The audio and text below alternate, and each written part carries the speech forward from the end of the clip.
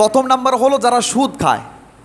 যারা সুদ খায় এদের কারণেও পৃথিবীতে বিপর্যয় হবে, পৃথিবীতে মুসিবত আসবে, আল্লাহ পাকের পক্ষ থেকে গজব আসবে। 2 নাম্বার হলো আপনার যারা ঘুষ খায়। ঘুষ তো বর্তমানে নাই, এটা বাংলাদেশে নাই, এটা বাইরের দেশে আছে। ঘুষ বাংলাদেশে আছে ভাই? আছে? আমার তো মনে হয় না, এটা বাইরের কান্ট্রিতে আছে। এই যারা ঘুষ খায় এদের কারণেও আপনার পৃথিবীতে বিপর্যয় আসবে। আমি মনে করি কিছু আছে আপনার স্বভাবের চোর, আর কিছু আছে অভাবের চোর। অভাবের চোররা যখন চুরি করে তখন কিন্তু বড় মাপের চুরি করে না, ওই হয় হাঁড়ি পাতিল চুরি করে, আর না হয় ওই আব্দুর রহমানের কোলার বাগানের 1 কান কোলা চুরি করে, ঠিক কি না? আর যারা স্বভাবের চোর, স্বভাবের চোররা কিন্তু 1 টাকা 2 টাকা 5 টাকা চুরি করে না, এরা কিন্তু লাখ লাখ টাকা, হাজার হাজার টাকা কিন্তু এক কলমের খোঁচা দিয়েই কিন্তু ছিনিয়ে নিচ্ছে, হাতিয়ে নিচ্ছে, ঠিক কিনা? কথা বলেন না কেন, ঠিক কিনা? এরা হলো স্বভাবের চোর। এদের কারণেও পৃথিবীতে মুসিবত আসবে, গজব আসবে। 3 নাম্বারে হলো ব্যভিচার। জেনা ব্যভিচার বর্তমান সময় কম না বেশি? কথা বলেন না কেন, কম না বেশি? পরকিয়া আছে না নাই? স্ত্রী ঘরে আছে, স্বামী অন্যকে নিয়ে পরকা করছে, অন্য মহিলাকে নিয়ে পরকিয়াতে লিপ্ত হয়ে গেছে। অথবা স্বামীর আপনার অবর্তমানের কারণে স্বামী বাসায় থাকে না, স্ত্রী আরেকজন পুরুষকে নিয়ে আপনার ফুর্তিতে মেতে উঠেছে, পরকিয়াতে লিপ্ত হয়েছে। আছে না নাই ভাই? এগুলো কম না বেশি? এই সমস্ত পাপিষ্ঠদের কারণে আপনার পৃথিবীতে বিপর্যয় হবে, গজব আসবে, মুসিবত আসবে, নাউজুবিল্লাহ পড়েন। তারপরে আপনার 4 নাম্বার হলো যারা মদ পান করে। মদ্যপান মনে মানুষের করে না। ইয়াস আলুনাকা আনিল খামরি ওয়াল মাইসির।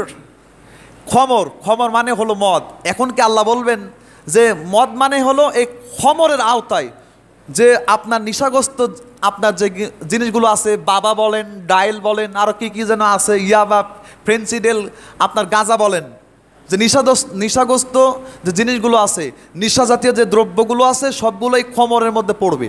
যারা এই খমর পান করবে, যারা মদ্য পান করবে, বাবা, ইয়াবা, ডাইল, ফেন্সিডেল যাই পান করুক না কেন, যারা এইরকম পাপের মধ্যে লিপ্ত হবে, এদের কারণেও পৃথিবীতে বিপর্যয় আসবে।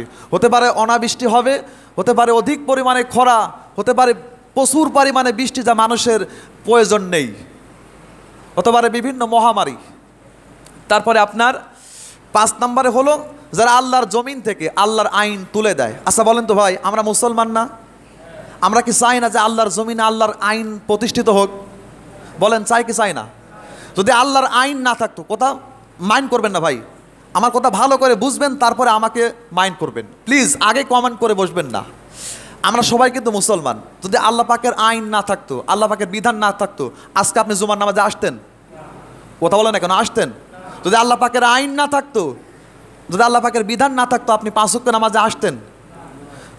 তাহলে আল্লাহর জমিনে যদি পরিবার থেকে শুরু করে সমাজ, রাষ্ট্র, আন্তর্জাতিক জীবন পর্যন্ত যে জীবনের ধারাগুলো আছে, এগুলোতে যদি আপনার কোরআনের আইন যদি না থাকে, তাহলে সেই কারণে কিন্তু আপনার পৃথিবীতে বিপর্যয় আসবে, মুসিবত আসবে, অনাবৃষ্টি হবে, খরা হবে, বিভিন্ন মহামারী কিন্তু আসবে ভাই। এগুলো হলো কোরআনের কথা। কোরআনের কথা বললে অনেকে রাগ করে ভাই, রাগ করার কোনো কারণ আমি তো দেখতে পাই না ভাই।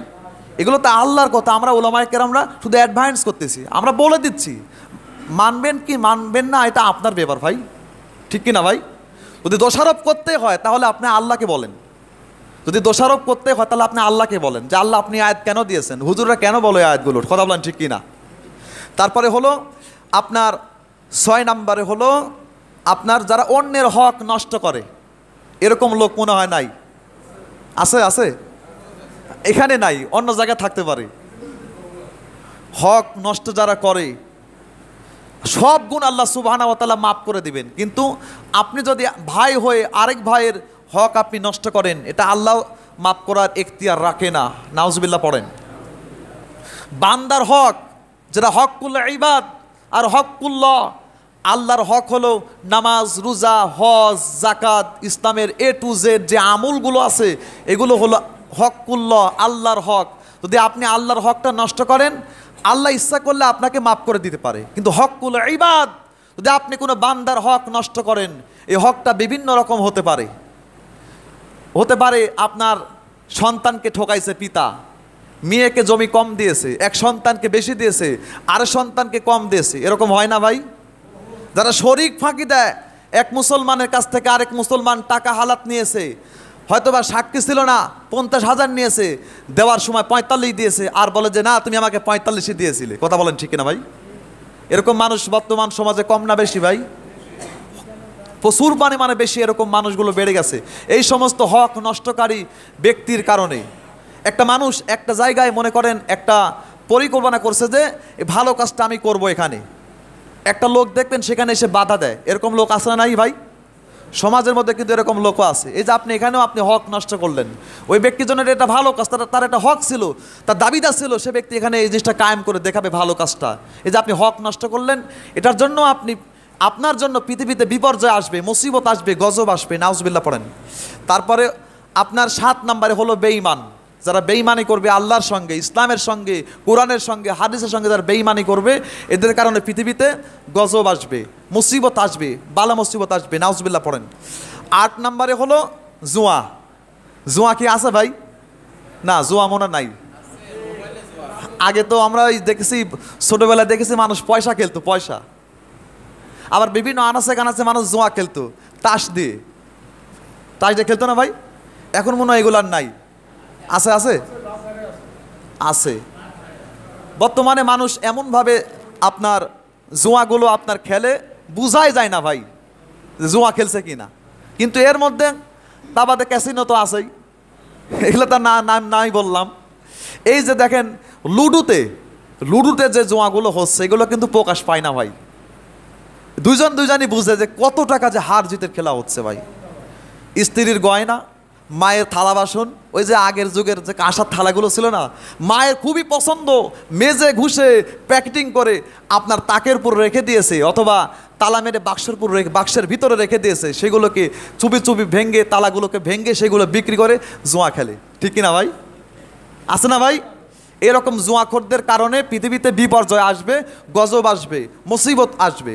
তারপরে হলো আপনার 9 নম্বরে যারা জাকাত দেয় না, যারা জাকাত দিবে না, ইবনে মাজার বর্ণনায় যারা জাকাত দিবে না, ফসলের ওসর দিবে না, টাকার জাকাত দিবে না, ফসলের ওসর দিবে না, এদের কারণে পৃথিবীতে অনাবৃষ্টি হবে, খরা হবে, বিভিন্ন বালা মুসিবত আল্লাহ সুবহানাহু ওয়া তাআলা মানুষের প্রতি প্রেরণ করে দিবেন। নাউজুবিল্লাহ পড়েন।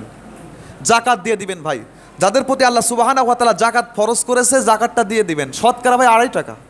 কয় টাকা ভাই?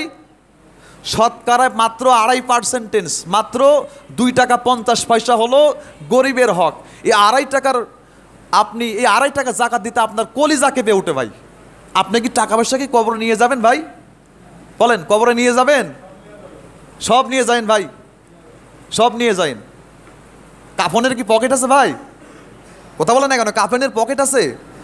এত লাখ লাখ টাকা ব্যাংক ব্যালেন্স করেছেন, বিঘাতে বিঘা জমি করেছেন, এগুলো কোথায় নেবেন ভাই? আপনাকে দেওয়া হবে মাত্র 3.5 হাত জায়গা ভাই, আপনি কিচ্ছু নিয়ে যেতে পারবেন না। আপনার প্রতি যদি ফসলের ওষুধ আপনার উপরে ফরজ হয়, তাহলে দিয়ে দিবেন ভাই। সর্বনিম্ন বলেছিলাম কত মন মনে আছে? 16.5 মন। কত মন? সর্বনিম্ন 16.5 মন যদি ফসল হয়, আপনাকে সেই ফসলের ওষুধ দিতে হবে। আর যদি 80 থেকে 85,000 টাকা যদি খাওয়া দাওয়া শেষ করে, ছেলে মেয়ে লেখাপড়া শেষ করে যদি বাৎসরিকভাবে 85,000 টাকা আপনার বৃদ্ধি পায়, আয় থাকে, আপনার জমা থাকে, তাহলে আপনাকে জাকাত দিতে হবে। তারপরে হলো আপনার 10 নম্বরে যারা আল্লাহর হক নষ্ট করে, এই যে একটু আগে বললাম, যারা আল্লাহর হক নষ্ট করে, যারা ইবাদত বন্দেগী করে না, সর্বদাই পাপের দিকে লিপ্ত থাকে, এদের কারণে পৃথিবীতে বিপর্যয় আসবে, মুসিবত আসবে, অনাবৃষ্টি হবে, খরা হবে, আবার প্রচুর পরিমাণে অধিক পরিমাণে বৃষ্টি হবে, যা মানুষের আপনার ধারণ ক্ষমতার বাহিরে। তারপরে 11 নম্বর হলো যারা নাস্তিক। দেখেন, কিছু মানুষ আছে নাস্তিক, ইসলামী মুসলিম পরিবারে জন্মগ্রহণ করার পরও বলে যে দেয়ার ইজ নো গড, সৃষ্টিকর্তা বলতে কেউ নেই। নাউজুবিল্লাহ পড়েন। মুসলিম পরিবারে জন্মগ্রহণ করার পরে, ইউনিভার্সিটিতে বিশ্ববিদ্যালয়ে পড়ার পরে, উচ্চতর ডিগ্রি নেওয়ার পরেও এত জ্ঞান তার, সে জ্ঞানহীন মানুষ বলে আনসিন ইজ নাথিং, যে জিনিসকে দেখা যায় না, ধরা ছোঁয়া যায় না, সেই জিনিসকে আমরা বিশ্বাস করি না। নাউজুবিল্লাহ পড়েন। এই 11টা পয়েন্ট, মানে গুরুত্বর 11টা পয়েন্ট, এটা আমি আপনাদের সামনে বললাম। আরও অনেক পয়েন্ট আছে, মোটামুটি 20টারও বেশি, 20টার 20 শ্রেণীরও মানুষের বেশি মানুষ আছে যাদের কারণে পৃথিবীতে গজব আসবে। সম্মানিত দিনী ভাইরা, এই যে পাপগুলো আছে, এই পাপ থেকে আমরা দূরে থাকবো। আল্লাহ যেন তৌফিক দান করেন, বলেন আমিন। আল্লাহ রাব্বুল আলামিন কুরআনুল কারীমের মধ্যে বলেন, ফাইযা রাকিবু ফিল ফুলকি দা'াবুল্লাহা মুখলিসিন। জোরে বলেন আল্লাহু আকবার। কুরআনুল কারীমের 29 নম্বর সূরা